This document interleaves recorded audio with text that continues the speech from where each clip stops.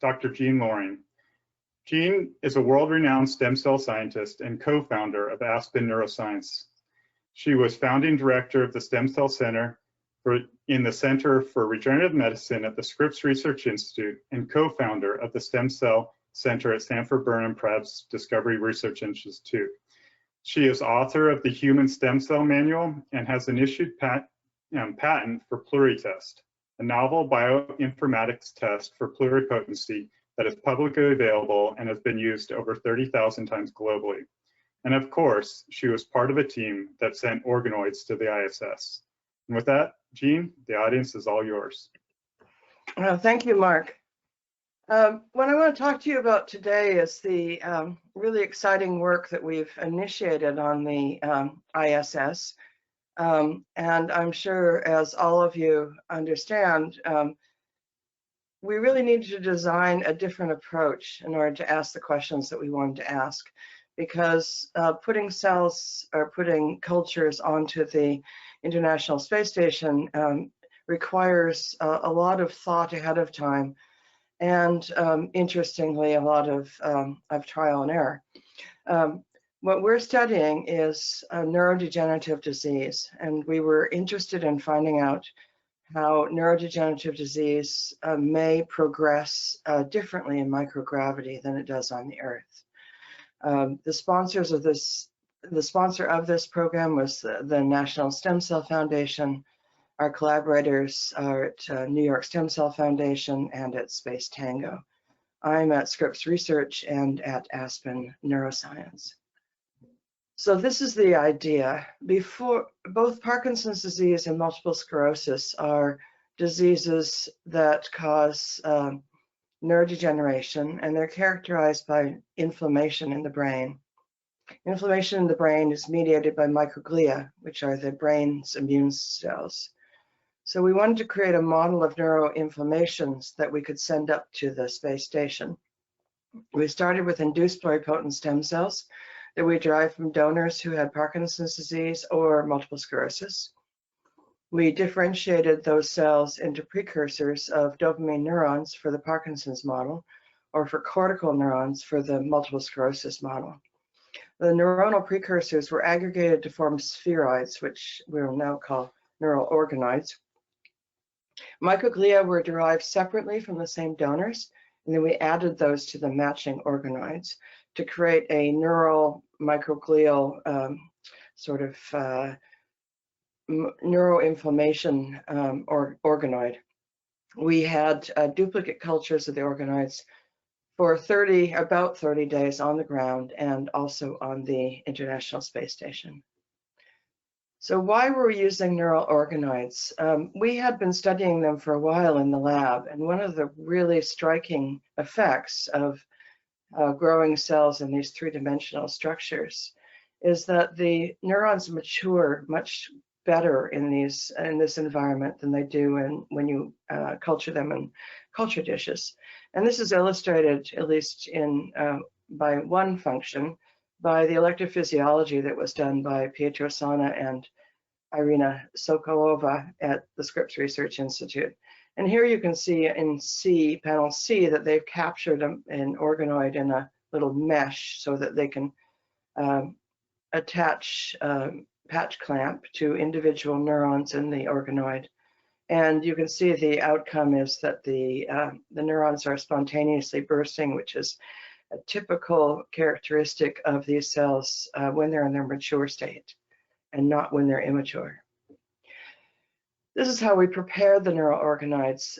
We used organoids with and without microglia. We started with aggregating the neural precursors, and we used a dish called an agar well, or an aggregation dish. You can see in that diagram, or in that illustration, that the little individual organoids form in each one of the wells. We then added microglia to some of those organoids, and then transferred them individually to cryovials. So each cryovial will hold a single organoid, either with or without microglia. And then they're sealed up, and that is exactly what they'll be in that environment for 30 days, a little bit longer because they have to get to the East Coast from the West Coast, and they have to stay at 4 degrees until they're launched, and then they're turned on 37 degrees to continue to develop. The launch was on December 5th, 2019. This will show you how the aggregation of the incorporation of the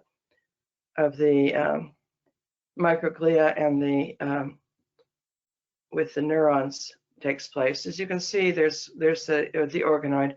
On the bottom are microglia cultured in a culture dish separate, which are very migratory, as you can see. And then on the right, you can see that when they're added to the spheroids, they will start moving into them.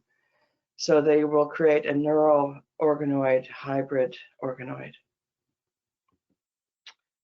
This is the preparation of the experiment for launch at the Kennedy Space Station. On the left are Scott Nagel and Jason Stein. Scott is from the New York Stem Cell Foundation, and Jason is from my lab in California. They signed all our names, all the major people involved in it on this box, which is the powered locker that will keep the cells at 37 degrees over the time of the experiment. And here the locker is on the space station. And you can see that it was not left quite like this, but it's kind of cool to watch it float in space. And cells are inside there in the cryotubes, like that for about a month.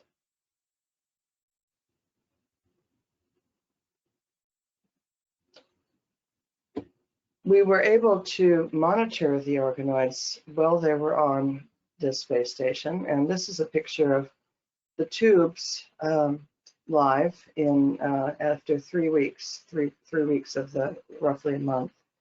And this may not seem all that impressive to you, but this is one of the most exciting things that I had done in a long time.